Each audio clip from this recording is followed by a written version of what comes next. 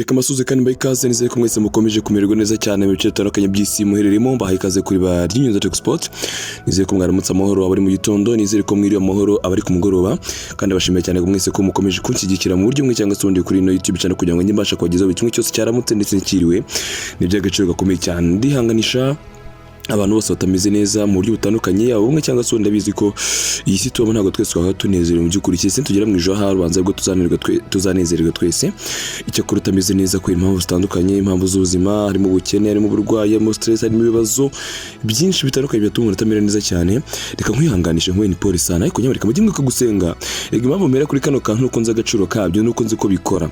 Ntabwo buri gihe umuntu ahora ameze neza, ariko ndabizi ko wasenze, wakoze cyane, wafashe imyanzuro mizima, wiyiseho, wikunze, birashoboka ko hari icyahinduka ku buzima bwawe in case byaba bitameze neza cyane. So rero mujye mwihangana ariko mukomeze gushaka imbaraga zo gusenga.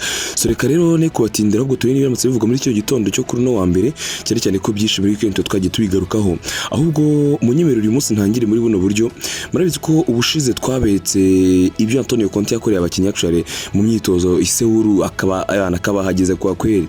Byo tunekereza ku bandi batoza nabo bakoresha imyitozo ikakaye, bakoresha imyitozo ituma abakinnyi bana ibihaha byenda gusohoka indimi zigasohoka. Ndavuga reka nshaka abatoza nka 2 cyangwa 3 nanone mbabwire ko n'abatoza bari bakaza, ariko mbabwire mu buryo bwo kubasobanurira uburyo bakoragamo ibyo bintu. Ndagaruka ku mutoza twa Marcelo Bielsa, muramuzi yatoje ikipe Ligt, yatoje amakipe akomeye, yatoje ikipe y'igihugu Argentina muri 2002. Yari yahawe izina rya Madabo, ngo ni Multiball, ni umwicanyi w'umupira. Urumva ngari ku mutoza witwa Felix Magath, ngo ni umudagi, yari yahawe izina rya Saddam Hussein.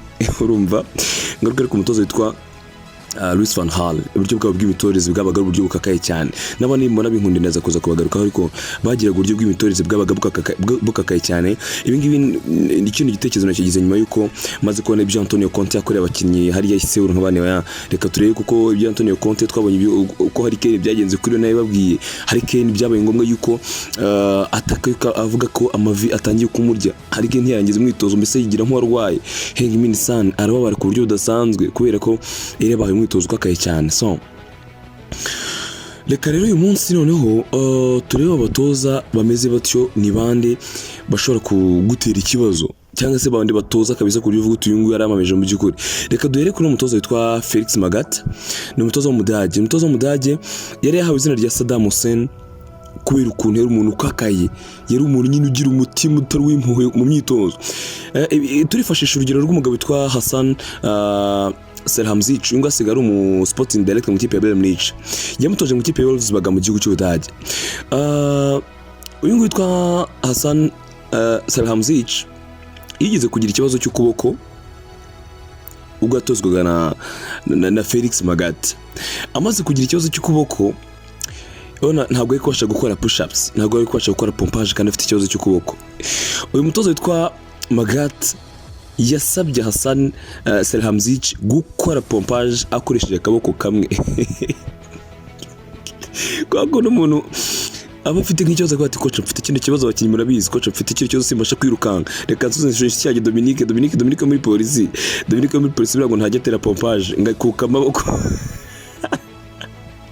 Arabura ibyo ngo ahubwo ngo ikintu ari utona ari imyitozo umuntu akoresha kuba yamufasha gukomeza amaboko, ariko ntabwo ashaka gutera pompage ngo kuka amaboko. Uko byumva uyu nawe rero umukinnyi wazanye kano wavuze ko nyine yari yavenze ukuboko kandi koko byari byo, witwa Hassan Selhamzic ngo asigara sporting director wa Bayern Munich, yamusabye gukora push ups akaboko kamwe kandi yarazikoze. Abana ko push ups z'amaboko abiri uwaga kwa push up yakaboko kamwe. Icyo ni icyambere. Cya kabiri gituma umutoza avuga ko umutoza utangaje yigeze gufata amazi abana yuko ko ndibirukansa abakinnyi, yigeze gufata amazi y'abakinnyi yose arayamena abakinnyi basoje kwirukanka babura icyo banywa, ababura icyo bakora no babura icyo bakora barumirwa, bayameniye kubera iki? Brita yamenye kubera iki? Yayamenye kugira ngo muri equipe ashyiremo esprit cyangwa se spirit yuko nahandi rwaba rukomeye, nahandi ufite icyo nta kintu ufite cyo kwifashisha, nahandi imbaraga z'abazashize, nahandi igihe cyaba cyenda kuvamo, nta kindi kintu ugomba gutekereza gishoboka uretse to keep working hard, gukomeza gukoresha imbaraga, gukomeza gukora cyane, gukomeza gukora muri buri extra. Kubyumva nicyo kintu bikora. Yigeze gufata yaba kubye bya danje, birukansi bya danje, arabakuba birangira n'ubundi ano mutozo w'umudage n'ubundi amazi yibye abakinnyi ku bwari buryo bwo kugira ngo barimo icyo kintu. Ndibuka yanatoje ikipe ya Fulham, hari umusore yakinishaga mu ikipe ya Fulham witwa John Age Fotof cyase Fotof sinzi uko bamwita. Uno musore niyo ugize kuvuga ati sinzi niba Felix Magath yarahagaritse Titanic zicaga abantu bati kuko abantu bose nyine yavuze ngo abarokotse yavugaga abarokotse nyine survivors abarokotse uburyo bw'imitoreze nibaza ko ubu ngubu byabagiriye akamaro muri kariyeri zabo, ari abatoza baba bakakaye cyane. None ikindi cyo tutarava kuri Magath, iyo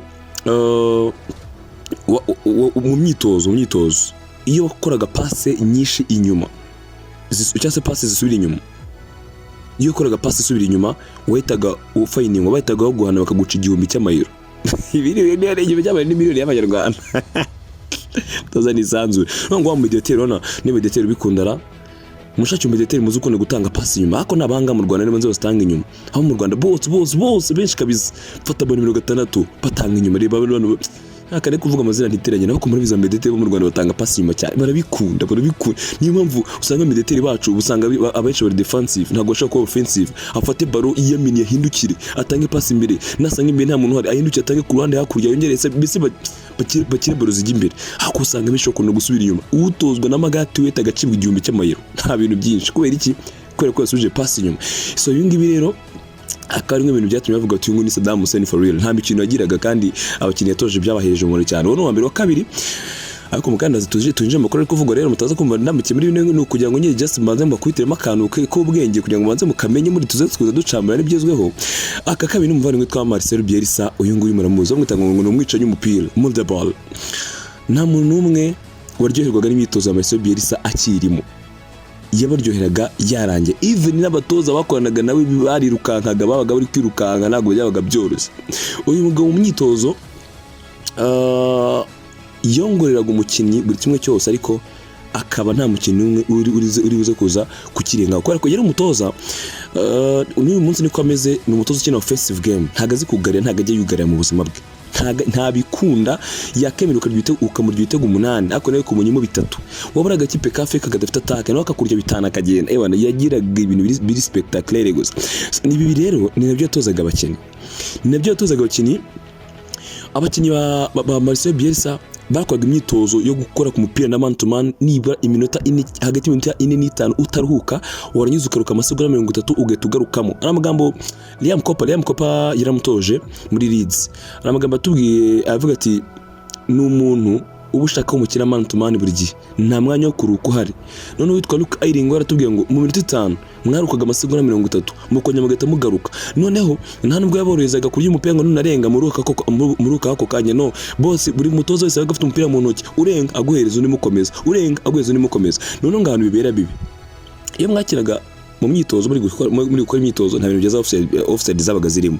Nukuvuga ngo byari mu defenseur z'imbere ngo ndakurariza bagutsinda igitego, ntibyabaga birimo. Ebana yarakurarizaga bagutsinda igitego agahita aguteresha pompage cyangwa se akagwa ibindi bintu bikakaye. Bivuze ngo ntago kurariza ko bagakora kandi iyo mikino imbere iyo mikino irushye cyane. Bivuze ngo n'umudefenseur yagombaga gucunga ntareze ngo akajya imbere, kandi please usubira inyuma uri umudefenseur, please uhereza umwanya umuntu uri kukwataka, mbese akabona uburyo bwiza bwo kukwataka kuko mbese hari chance baba bakwimye. Ibiro Bielsa yabikundaga cyane bigatuma abakinnyi bakakabira bagakora ku rwego rudasanzwe. Bielsa byabaga ari hatari. Na Sandaichi ngo nuko yarateye Sandaichi nawe ajyaga gukunda ngo ni umutoza kipe ya Burnley, yajya akunda gukora ibyo bintu cyane kuko abakinnyi bakubwira ko ngo ibintu bye byabaga bishaka kubaka mentality kubera kurenza kubaka fitness y'umukinnyi, ariko akagura ko yarabakoreshaga kuri rwo rudasanzwe. Ntago nibuze kuza ku mutino ko nahisemo kugaruka ku batoza batatu. Uri mutoza wa gatatu ngarukaho ni Louis van Gaal. Yatoje Manchester United, yatoje ikipe y'igihugu y'Abaholandi, yatoje amakipe atandukanye FC Barcelona, yatoje Bayern Munich. Uyu mutoza w'ibigwi umutoza ukomeye cyane. Reka ngaruka ku myaka 2 yamaze Manchester.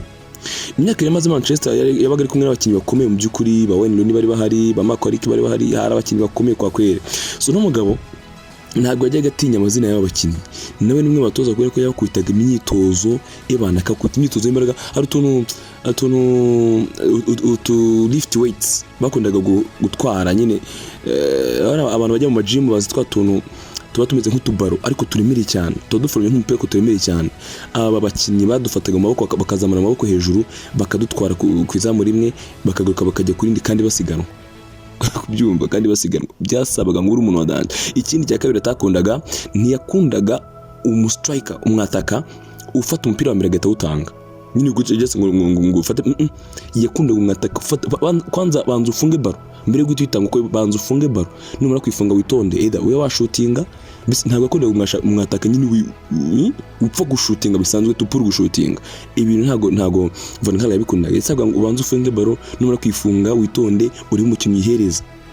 Ibi ngibi kandi ifunze baro please wiyongerera umukinnyi adverse abakwegera ashaka kujya kaba yanakuvuna ibyo ntacyo Van Gaal byaga mubwiye. Funga baro kwanza urayibonye yifunga niba kwifunga utuze urayipaza cyangwa se uhite mwiza ariko wabanje kuyifunga ugatuza muri ukabanza ukaba utekanye. So yagiye imyitozo kakaye cyane ndibuka nano yafite abataka wenda muri za 2014 ari umugabo ukomeye cyane yigeze kubwira wenda niba bagiye muri Leta Zunze Ubumwe za Amerika muri pre-season ahubwo yegire wenda ni muzi n'ibitegatsinda ukuntu bingana ahubwo wenda ni ntabwo nshaka kuzongera gutera flap kandi sinshaka kuzongera gutera umupira uboneza umuzamu, ndashaka kuzongera mu nguni yabi buryo cyangwa ibumoso. Ibana icyo kintu yanakigendeyeho cyane muri ko byatumye abo umuntu developer cyane byo guplasa kurenza gupfa gutera puru gutera gusa.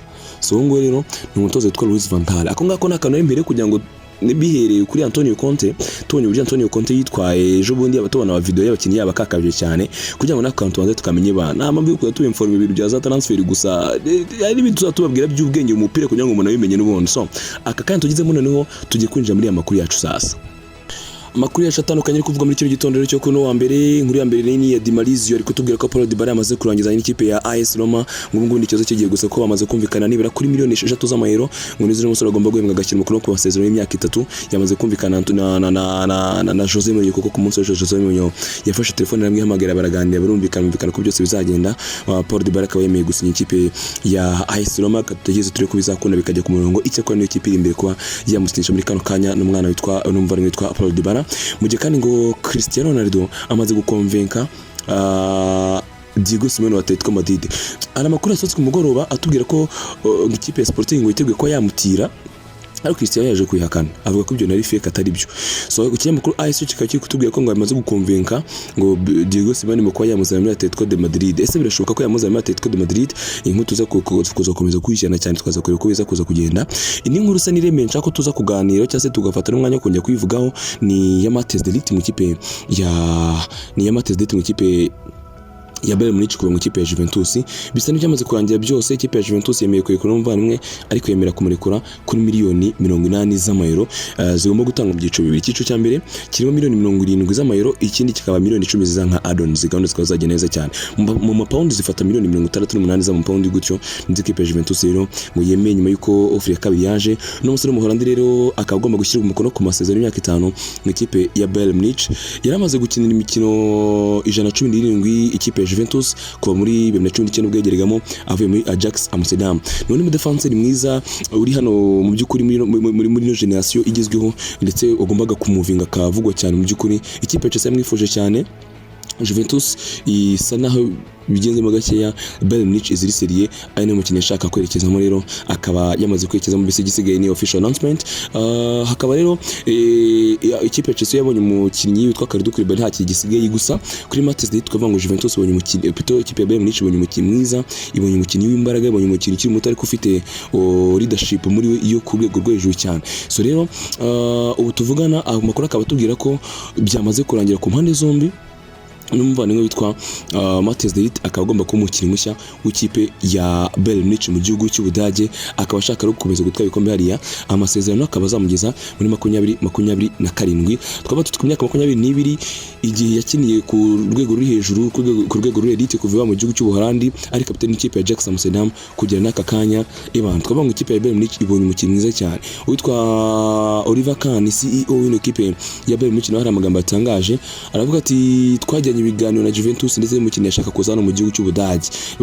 Yaganiraga n'itangazamakuru aravuga ati twagombaga gukomeza ibiganiro kugira ngo turebe aho biza kuza kwerekeza, none birangiye batsindiye uyu muvandimwe. Tukavuga tuti good luck mu ikipe ugiyemo, ugiye mu ikipe nziza, ugiye mu ikipe y'amateka, ugiye mu ikipe ikomeye, ugiye mu ikipe y'ubukombe, ya kipe izakugira igihangange kurushaho. Katutegeze turebe rero bizatanga, niba bizadukundira ko azongera akaduhuza umusaruro nk'uwo yatangaga mu by'ukuri. So ni inkuru zikomeje kuvuga muri kano kanya rero.